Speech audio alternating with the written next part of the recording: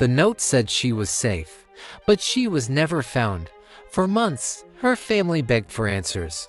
For years, investigators searched for clues, but the truth wasn't written in police files or even in witness statements.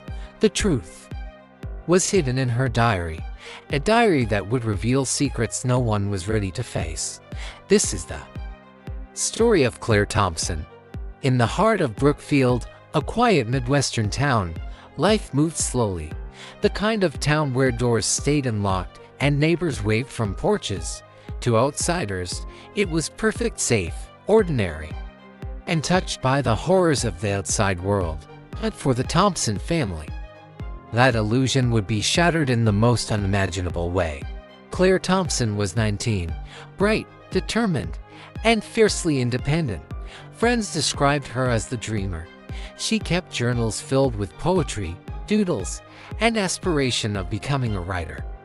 To her family, she was the glue, the one who checked on her younger siblings, the one who never missed a family dinner, the one who made home feel alive.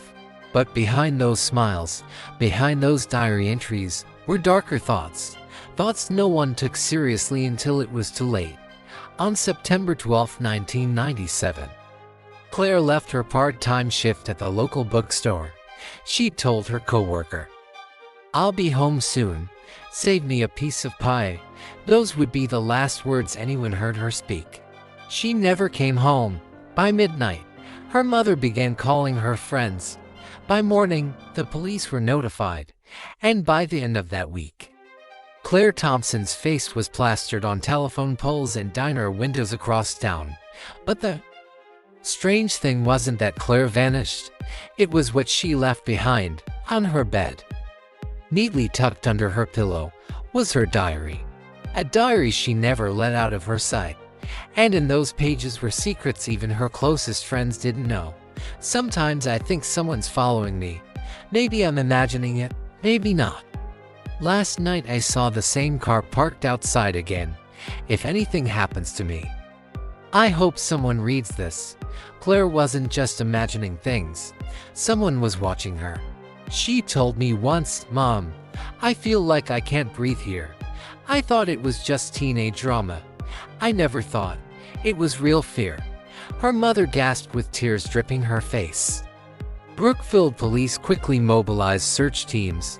For days, volunteers scoured forests, rivers, and abandoned barns.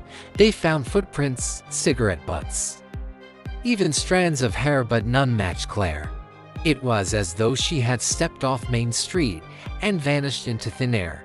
But then detectives opened her diary, and what they read turned this from a simple missing persons case into something far darker. "I can't tell anyone. They'll think I'm paranoid. But the car is always there, a red pickup. He doesn't move when I pass, just stares." Police canvassed the area. Neighbors confirmed a red pickup had been parked near the bookstore multiple times in recent weeks, but no one knew who drove it. Leads poured in: a jealous ex-boyfriend, a coworker with a crush, even a traveling salesman spotted near town. Everyone seemed like a suspect, and yet each lead collapsed under scrutiny. The boyfriend had an alibi. The salesman left weeks earlier, and the coworker too timid to even ask her on a date. The town began to whisper. Was Claire running from something or someone? Had her diary been a cry for help or a setup? The mother once lamented, "I kept thinking she'd walk through the door. Every night I left the porch light on. I thought if she saw it, she'd come home." But days became weeks. Weeks became months. Brookfield had never faced a case like this. The safe town of unlocked doors was now a place of locked windows, drawn curtains, and suspicion. Every stranger's car was eyed. Every unfamiliar face was whispered about. And at the center of it all, one question consumed everyone: who was watching Claire? Then came a detail investigators almost missed. A single diary entry, dated just days before she vanished. Claire had noted, "I think I know who it is. I see him everywhere." But if I write it down, it becomes real. And I don't want it to be real. But she never wrote the name. Only a chilling sketch in the margin, a man's eyes, shaded dark, staring back. Police now believe Claire knew her stalker, someone close enough to be seen often, yet hidden in plain sight. And with each day, suspicion turned inward to friends, neighbors, even family. But the truth was worse than anyone imagined, because what they would soon find was not just a clue. It was a message. For months, the case seemed to stall. Claire was gone. Her diary haunted the evidence board, and Brookfield lived in fear. But on December 2nd, nearly 3 months after her disappearance, a tip came in from someone no one expected. A neighbor reported seeing a red pickup not once, but many times parked outside his property. The driver, a man he vaguely recognized, a handyman, someone who did odd jobs around town and had once worked on the Thompson family's roof. Gerald Miller, 52, divorced, known for being quiet, a drifter type, blending into the background. Police interviewed him casually at first. He claimed he hadn't seen Claire in months. But detectives noticed something in his driveway, the faint outline of a red pickup, now conspicuously missing. Detectives obtained a warrant, and what they found in Gerald's basement was enough to turn suspicion into horror. A second diary, handwriting eerily similar to Claire's. Pages filled with her words, or so it seemed, but experts confirmed it was a forgery. Gerald had copied her style, mimicked her thoughts, even written passages about running away as if preparing an alibi for her disappearance. This wasn't just obsession, this was control. Gerald wasn't watching Claire. He was rewriting her story. The message was clear. Gerald wanted the world to believe Claire had left by choice. But the truth was buried deeper. Behind a false wall, investigators discovered a hidden room. Inside, a shrine, photographs of Claire taken without her knowledge, at the bookstore, walking home, sitting on her porch, each one labeled with dates and times, and in the corner, an old mattress stained, worn, and deeply unsettling. It was undeniable. Gerald had been stalking Claire, watching her, planning her disappearance, but still no sign of Claire herself. Among the evidence was Claire's necklace, the one she wore the night she vanished. Gerald denied it belonged to her, claimed he found it at a flea market. But paired with the shrine, the false diary, and the missing red pickup, his lies began to collapse. When confronted, Gerald cracked. Not with a confession, but with a chilling smile. He said, "You'll never find her, because she doesn't want to be found." Gerald Miller was arrested in December 1997, charged with stalking, forgery, and obstruction, but without Claire's body. Prosecutors struggled. The diary alone wasn't enough, and after months of legal battles, Gerald walked free on a technicality. Brookfield was shattered.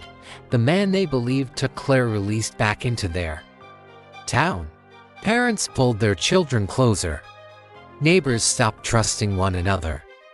And the Thompson family, they held onto Claire's real diary as their only connection to her voice.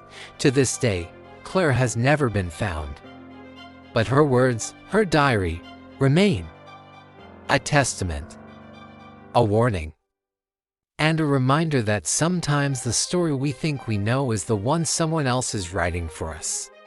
We've got the stalker with a shrine, the chilling forged diary twist, the courtroom resolution that left many angry and unsatisfied. For the Thompson family, life was forever split into two timelines: before September 12, 1997, and after, the day their daughter vanished into silence, the day her diary became her voice. "I think I'm being followed. I know who it is." Claire's words, once dismissed as teenage worry, became the only map of her fear, the only evidence of a life stolen in plain sight. And for her family, reading those words is both unbearable and the only way to feel close to her. Every night her mother still leaves the porch light on, in case she sees it. In case she comes home. Gerald Miller never confessed. He lived 4 years under a cloud of suspicion until his quiet death in 2014. He took whatever secrets he had to the grave. And still, the question remains, where is Claire Thompson? Did Gerald hide her away, just as he hid that room, that diary, that twisted shrine? Or was there another truth, one too dark for even her own words to capture? Claire's case is more than a mystery. It is a reminder of how fragile safety can feel, of how quickly a quiet town can become a stage for unspeakable horror, and of how the voices of victims often overlooked may be the only truths we ever have. Claire Thompson's diary was her warning, her testament. And as night falls on Brookfield, her story remains unwritten, because the one person who could finish it never came home. If this story gripped you, let us know your thoughts in the comments. Do you believe Gerald was guilty? Or was there another truth hidden in Claire's words? Don't forget to like, share, and subscribe. It helps us keep telling these stories that refuse to stay buried. And if you want more haunting mysteries and chilling true crime documentaries, check out our other videos here on Crime Scene Chronicles. Until next time, stay safe and stay watching.